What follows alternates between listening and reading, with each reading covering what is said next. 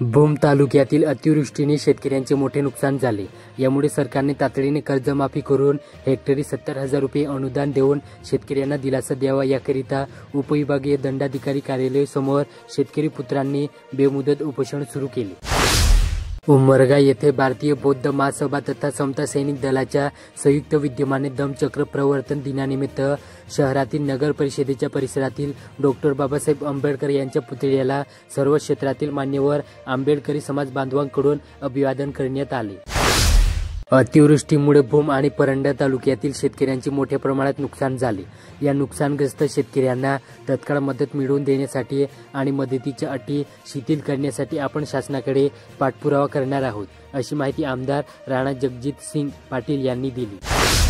कळंब येथे जगद्गुरू नरेंद्राचार्य महाराज संस्थानाचा वसुंधरा पायी दिंडी सोहळा शुक्रवारी कळंब येथे मांजरा नदीच्या तीरावर दाखल झाला। यावेळी तालुका व जिल्हा सेवा समितीच्या वतीने या सोहळ्याचे उत्साहात स्वागत करण्यात आले। धाराशिव जिल्ह्यात अतिवृष्टीमुळे पिकांचे आणि फळबागांचे ओथानात नुकसान झाले। यामुळे धाराशिव जिल्ह्यातील शेतकऱ्यांनी सरकारकडे ओला दुष्काळ त्वरित जाहीर करून भरीव नुकसान भरपाई देण्याची मागणी केली। या मागणीसाठी जिल्हा काँग्रेस कमिटीनेही शुक्रवारी निर्देशने करत जिल्हाधिकाऱ्यांमार्फत मुख्यमंत्र्यांना निवेदन दिले। धाराशिव जिल्ह्यात अतिवृष्टीमुळे त्रस्त झालेल्या शेतकऱ्यांना तत्काळ मदत मिळावी या मागणीसाठी अमोल जाधव आणि राणीताई बारकुल यांनी आमरण उपोषण सुरू केले असून शुक्रवारी उपोषणाचा तिसरा दिवस आहे। शासनाने लवकरात लवकर मागण्या पूर्ण कराव्या, अन्यथा हे निर्णायक लढा तीव्र होईल असा इशारा उपोषणकर्त्यांनी दिला। तेर येथे श्री संत गोरोबा काका यांची जन्मभूमी आणि कार्यभूमी असलेल्या श्री क्षेत्र तेर येथे दसरा सण मोठ्या उत्साहात साजरा करण्यात आला।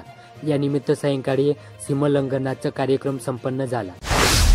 अतिवृष्टीने दाणादाण उडवलेल्या कळंब तालुक्यातील खोदला ते बीड जिल्ह्यातील बोपला या गावाला जोडणारा हा मांजरा नदीवरील पूल, त्यालगत काळी कोसदार जमीन अन त्यावर डोलणारी खरीपातील पिके होती। पुराचे पाणी इतक्या गतीने वाहिले की तेथील पक्के डांबरीकरणालाही खरडून नेले। तिथे लगतच्या त्या जमिनीची व पिकांची काय व्यवस्था झाली असेल। धाराशिव जिल्ह्यात चालू आर्थिक वर्षातील निधीला कुठलीही स्थगिती नाही, त्यामुळे आरोग्यविषयक महत्त्वाची बाब म्हणून या वर्षातील निधीची मागणी शिवसेना आमदारांनी पालकमंत्र्यांकडे करायला हवी होती, असा दावा भाजप प्रवक्ते एड नितीन भोसले यांनी कॅथलॅबच्या मुद्द्यावरून केला। धाराशिव जिल्ह्यात शासकीय वैद्यकीय महाविद्यालय व रुग्णालयातील विद्यार्थी आणि गरजू रुग्णांच्या मानसिक आरोग्याला प्राधान्य देण्यासाठी महाविद्यालयाने एक अत्यंत महत्त्वाकांक्षी पाऊल उचलले आहे। जागतिक मानसिक आरोग्य दिनाचे औचित्य साधून येथे मेंटल हेल्थ लॅब आणि मार्गदर्शक वर्गाचे उद्घाटन करण्यात आले। मोहा येथे धम्मचक्र परिवर्तन दिनानिमित्त डॉक्टर बाबासाहेब आंबेडकर सभागृहात कार्यक्रम घेण्यात आला। प्रारंभी डॉक्टर बाबासाहेब आंबेडकर यांच्या प्रतिमेस अभिवादन करण्यात आले। रेणेगुरू येथे राज्य उत्पादन शुल्कचे दुय्यम निरीक्षक शिवाजी कोरे यांचा उमरगा येथे सेवापूर्ती निमित्त सत्कार सोहळा उत्साहात पार पडला।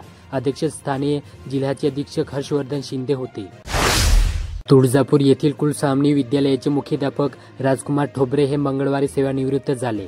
यानिमित्त विद्यालयाच्या वतीने संस्थेचे सचिव रामचंद्र आलुरे यांच्या हस्ते त्यांच्या पत्नी रासिका यांच्यासह सत्कार करण्यात आला। कळंब शहरातील कल्पना नगर भागातील लुंबिक बौद्ध विहारात धम्मचक्र प्रवर्तन दिन मोठ्या उत्साहात साजरा करण्यात आला।